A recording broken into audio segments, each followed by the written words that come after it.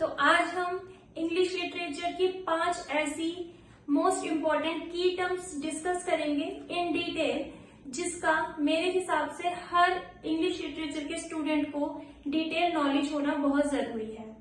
और मेरा बस चले तो बच्चों को बचपन से ही इंग्लिश लिटरेचर की थोड़ी थोड़ी नॉलेज देते रहना चाहिए।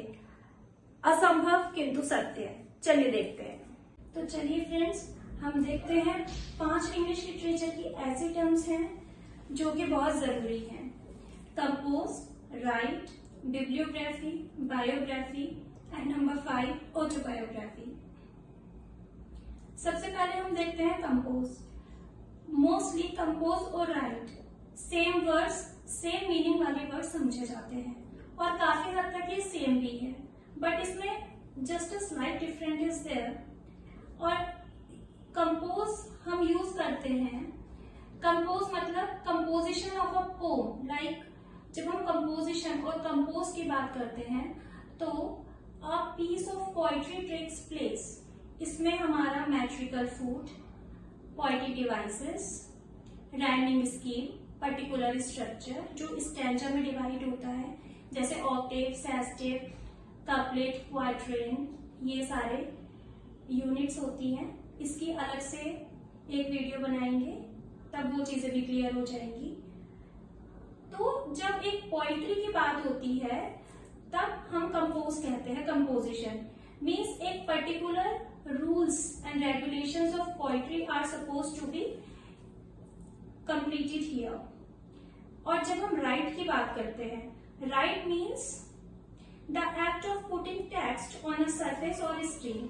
और ये कैसा भी हो सकता है, like it can be virtual and it can be physical.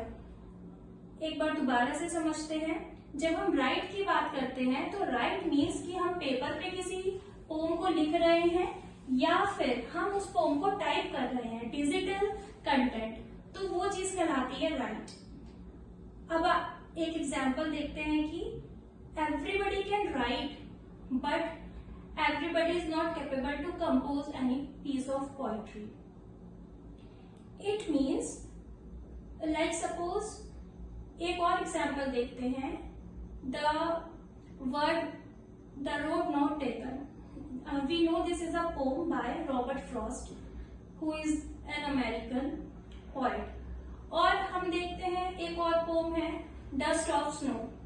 तो ये poem, these poems are composed by Robert Frost, right. But हम इनको पेपर पे लिख सकते हैं, तो हम कह सकते हैं कि it is written by me. Me means NXYZ। But जब हम बात करते हैं कंपोजिशन की, तो definitely these poems are composed by the poet himself. I hope this is clear. अब बात करते हैं बिब्लियोग्राफी की। तो bibliography is a collection, is the record of the books or sources which we use to compile our thesis or any research work.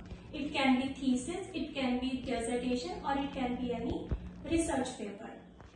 एक बार और समझते हैं। बिब्लियोग्राफी का मतलब है किसी भी रिसर्च प्रोजेक्ट के बाद में लास्ट पेजेस पर जो हमने लिस्ट ऑफ बुक्स या लिस्ट ऑफ जो भी हमारे सोर्सेज थे, जर्नल्स हैं, हमारे ऑनलाइन सोर्सेज हैं, उन सभी का हम डिटेल देते हैं, उन सभी को मेंशन करते हैं, तो वो कलेक्शन हमारा कहलाता है बिब्लियोग्राफी।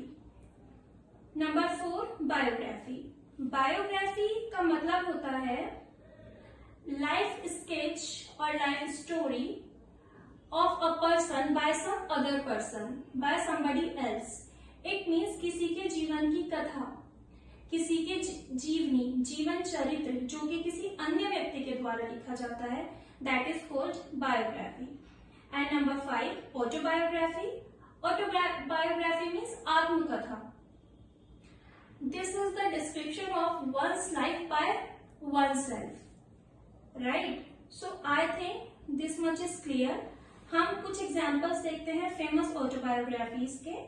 लाइक खुशवंत सिंह की ऑटोबायोग्राफी है truth, love and a little malice 2002।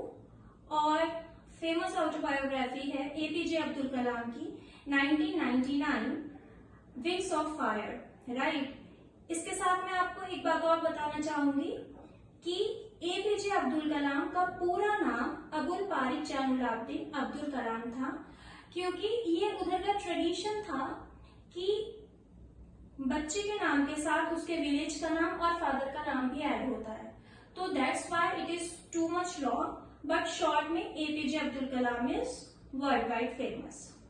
So I hope आपको काफी हद तक ये पांचों टर्म्स क्लियर हो गई होंगी, and until the next video keep learning and be safe. Thank you.